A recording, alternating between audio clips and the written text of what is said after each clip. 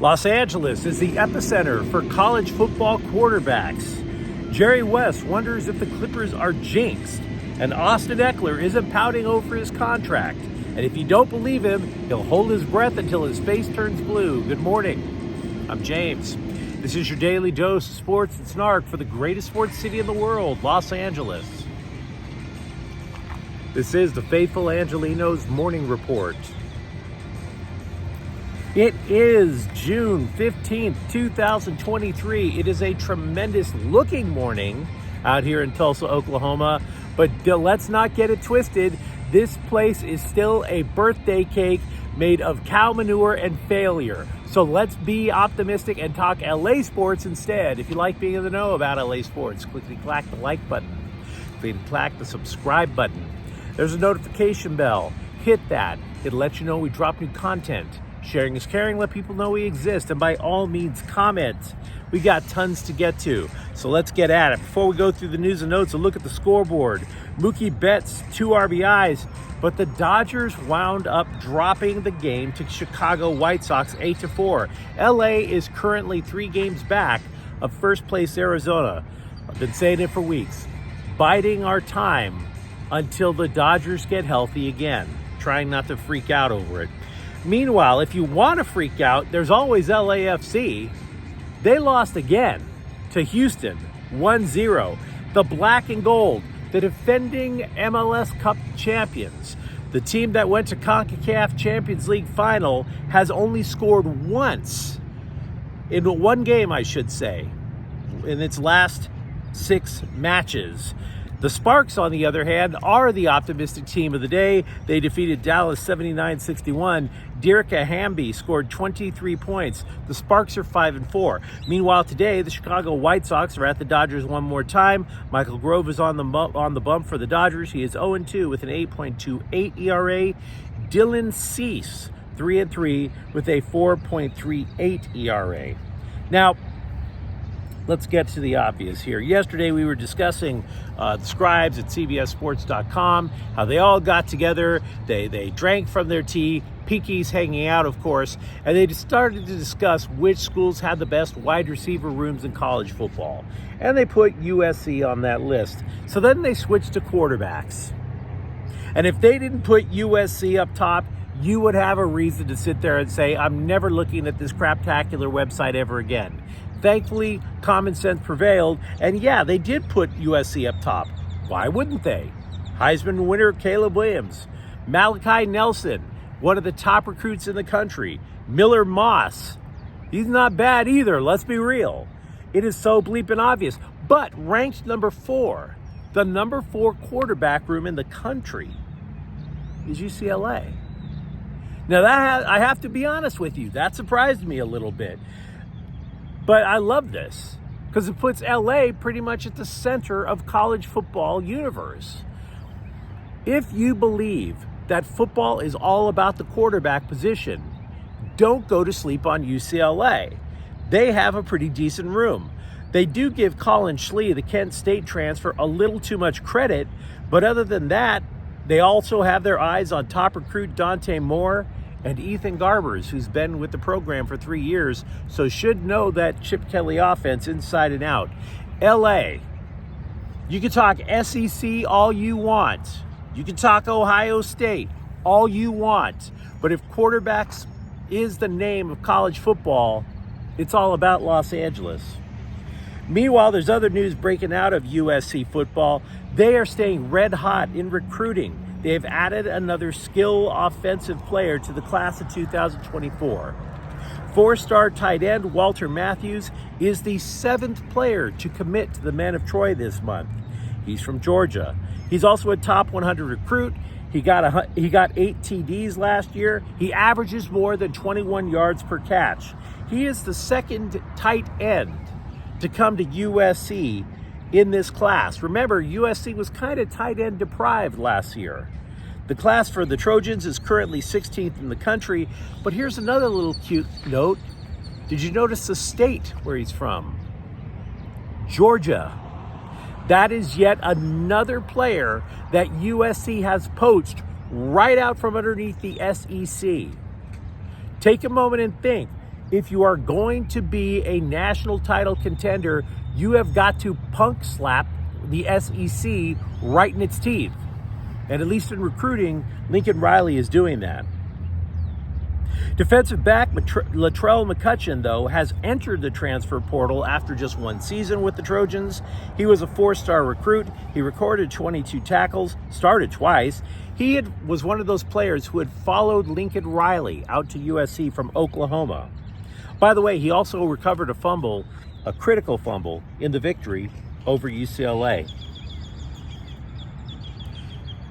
Jerry West admits the Clippers might be jinxed. The logo.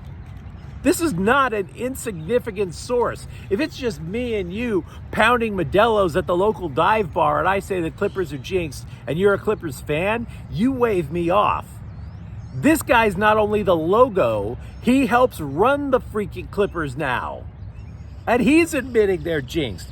He went on Paul George's, he said that to Paul George's face right on his podcast. Finally, a podcast I would want to listen to. Hi, I'm a basketball legend. I told you to come over here. My likeness is on your jersey. Just wanted to tell you, when you decided to sign here, you might have effed up. That's a podcast I want to hear. He runs the Clippers. He runs the Clippers. How is this a sales pitch for future free agents? Quote, I say to myself, who are you going to win with? You and Kawhi can do it. You go home and you say to yourself, my gosh, it's almost like there's a jinx somewhere, unquote. The logo is calling the team that he works for jinxed. I like that. I like it a lot. Austin Ekeler and his false sense of superiority took part in the Chargers media day and described it as, quote, one more year that I'm obligated to be here, unquote. Damn, dude. Pout much? He later said that he wasn't mad about his contract or how he couldn't swing a trade for a bigger contract. Now, does anybody buy that? Does anybody really buy that Austin Ekeler is just okay and not mad over not getting a better contract, either with the Chargers or swinging a trade with another team for a bigger deal? That he's starting to figure out that maybe in the grand scheme of things, you back the Brinks truck up on to the driveway of the quarterback in today's NFL, not the running back. Speaking of the quarterback, Justin Herbert said he will participate in training camp regardless of his contract situation, which of course makes sense because everybody knows he's going to get paid. Paid. P-A-Y-D. Paid. P-A-A-D-E. That dude is going to get paid. So yeah, he doesn't have any problems. You want me to show up to training camp, wear the red jersey so I don't get touched, and just sling footballs around while I wait to get paid? Yeah, I'll do it. That's not a problem. That's not too big of an ask. The Rams, meanwhile, have restructured Cooper Kupp's contract. It creates about $10.4 million in cap space, which they needed to do. They had only had $1.3 million. They hadn't even signed 10 of their draft picks. That's how dire things were over with the Rams. So I don't blame them for this. But even with signing those draft players, there's going to be a good chunk of money left over. So yeah, if you want to go amuse yourself with pointless rumors where there's no sourcing whatsoever, and you just want to throw out random names to get your nipples hard, you go right ahead. I'm not going to do that. I'm going to wait to see what happens because they're going to be patient. You don't know who's going to get cut during training camp. So the Rams can afford to be patient. Defensive lineman Bobby Brown III missed time last year due to a PED violation. He said he knows that there's a lot more responsibility on him now because the Rams let a lot of their players go on defense. Quote, I'm learning more, even the smallest details. If I'm not getting double teamed this year, that's disrespect, unquote, he told The Athletic. The Athletic is also reporting that the Rams are taking it super duper slow with the concepts both on offense and defense because there's been such an influx of rookies, undrafted free agents, etc. Because they want them to grasp the concept before they run at full speed. Start slow, add a little, but there's one exception to the rule. Of course, there's no tackling, and of course, there's no hitting. But the exception is this: if a linebacker or a defensive back can make a play, go for it. Now, that doesn't mean you go drill Cooper Kupp if he goes over the middle. What that means is that because they want to get your confidence level up, if Matthew Stafford throws a weak pass, go and pick it. Why not? Don't just let it flutter to the ground. Make a name for yourself. The Lakers are looking at trading out of the number 17 spot in the upcoming NBA draft. ESPN is reporting that. They apparently are looking at teams that have multiple picks.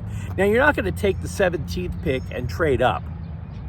I mean, maybe, I guess, if you added a player or two, but that's probably not going to happen.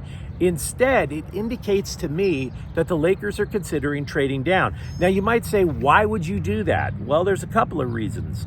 They have a really good track record at finding gems in the late first round. Kyle Kuzma, remember him? What about Larry Nance or Ivica Zubac? Heck, their scouting department is so solid. Remember, Austin Reeves wasn't drafted, period. And now he is a legit third option on the Lakers roster. And of course, with the roster now having 5 free agents, what if they can't run it back? What if they can't bring all 5 of them back? So yeah, the idea of trading back, maybe getting an additional asset to try to replenish the roster. 4 teams, by the way, have multiple picks after the Lakers in the NBA draft. Those would be Indiana, Charlotte, Brooklyn, and Sacramento. So the Lakers may be considering trading back. LAFC manager Steve Cherundolo said rumors linking him to the vacant U.S. men's national team job are false, completely fabricated. Instead, he would rather just sit there and watch his team not score at BMO. Anyway, you let me know what you think in the comments thread. Talk to me about the quarterback situation, and how surprised are you that UCLA is almost as strong as USC? Talk to me about what's going on with the Dodgers and LAFC struggles, or for that matter, if in fact the Clippers are jinxed. And if you enjoyed this content, don't forget to subscribe to Faithful Angelenos. We're talking LA sports every single day here. Thank you for watching. I'm James. We'll be back tomorrow. Faithful Angelenos is a Kian Corte El Queso production. Take care.